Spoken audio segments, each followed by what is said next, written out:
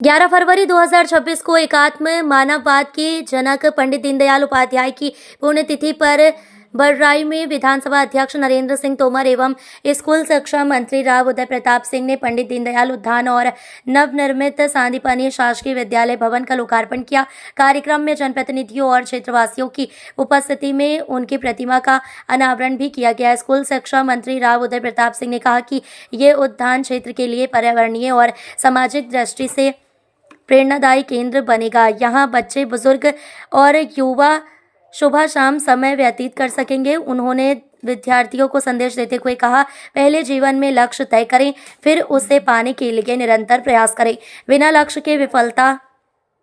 लक्ष्य के सफलता संभव नहीं। उन्होंने कहा कि पंडित दीनदयाल उपाध्याय के सपनों को प्रधानमंत्री नरेंद्र मोदी को मुख्यमंत्री डॉक्टर मोहन यादव साकार करने में जुटे हैं। विधानसभा अध्यक्ष नरेंद्र सिंह तोमर ने कहा कि भारत में व्यक्ति नहीं बल्कि गुणों की पूजा होती है। साधारण जीवन, उच्च विचार और राष्ट्र सेवा के कारण पंडित दीनदयाल उपाध्याय विश्व भर में सम्मानित हैं। उन्होंने सांदीपनि विद्यालय को सबका साथ सबका विकास की भावना का प्रतीक बताया और कहा कि यहाँ पढ़ने वाले बच्चे वर्ष 2047 के विकसित भारत के साक्षी बनेंगे। कार्यक्रम ने क्षेत्र में विकास, शिक्षा और प्रेरणा का नया अध्याय जोड़ दिया।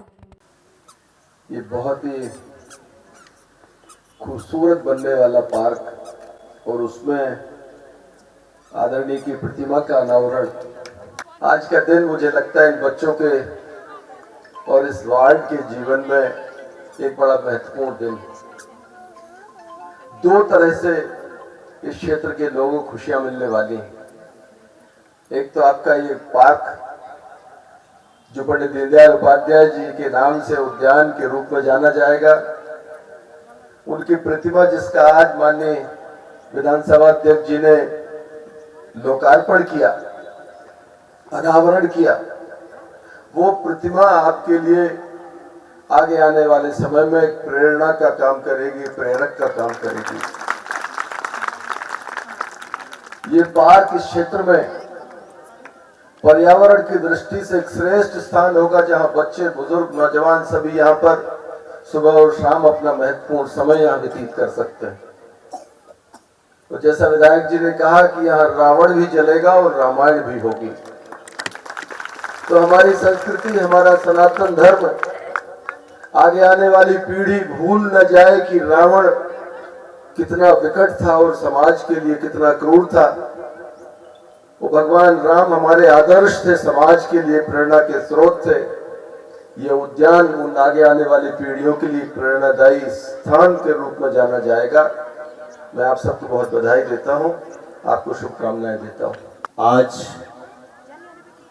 पंडित दीनदयाल उपाध्याय जी की पुण्यतिथि का अवसर है।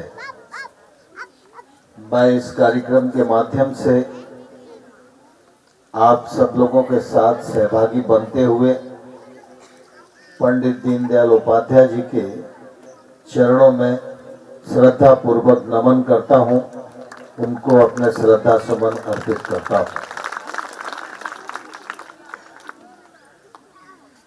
आज दीनदयाल जी की पुण्यतिथि के अवसर पर इस क्षेत्र में श्री रामेश्वर शर्मा जी की प्रेरणा से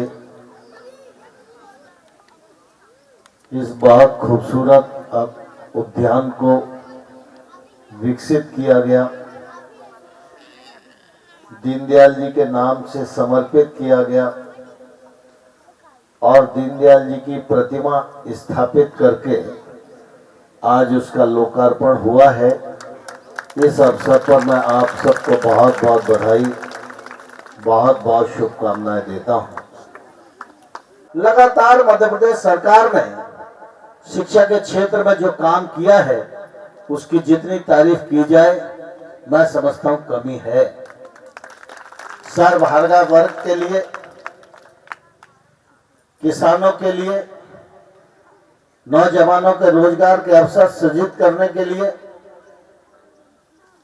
अपना जीडीपी बढ़ाने के लिए, अर्थव्यवस्था को बल देने के लिए और शैक्षणिक जगत में जो काम किए जा रहे हैं वो निश्चित रूप से अपने आप में अद्भुत है। हम सबके लिए प्रसन्नता का विषय है कि शिक्षा के क्षेत्र में अच्छा काम हो, शिक्षा का लोक व्यापीकरण भी हो और शिक्षा की गुणवत्ता भी सुनिश्चित हो। इसके लिए जब एक योग्य व्यक्ति के चयन की आवश्यकता थी तो मैं समझता हूं मुख्यमंत्री जी ने राव उदय प्रताप सिंह जी से योग्य और यशस्वी व्यक्ति का चयन किया।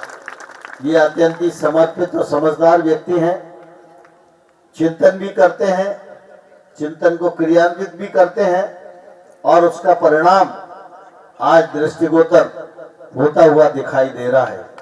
आज के इस पुनीत मौके पर मैं पंडित दीनदयाल उपाध्याय जी के चरणों में नमन करता हूं और आप सबको नए विद्यालय के प्रवेश के अवसर पर बहुत बहुत शुभकामनाएं देता हूं। भारत माता की, भारत माता की। उपाध्याय अमर रहे। धन्यवाद।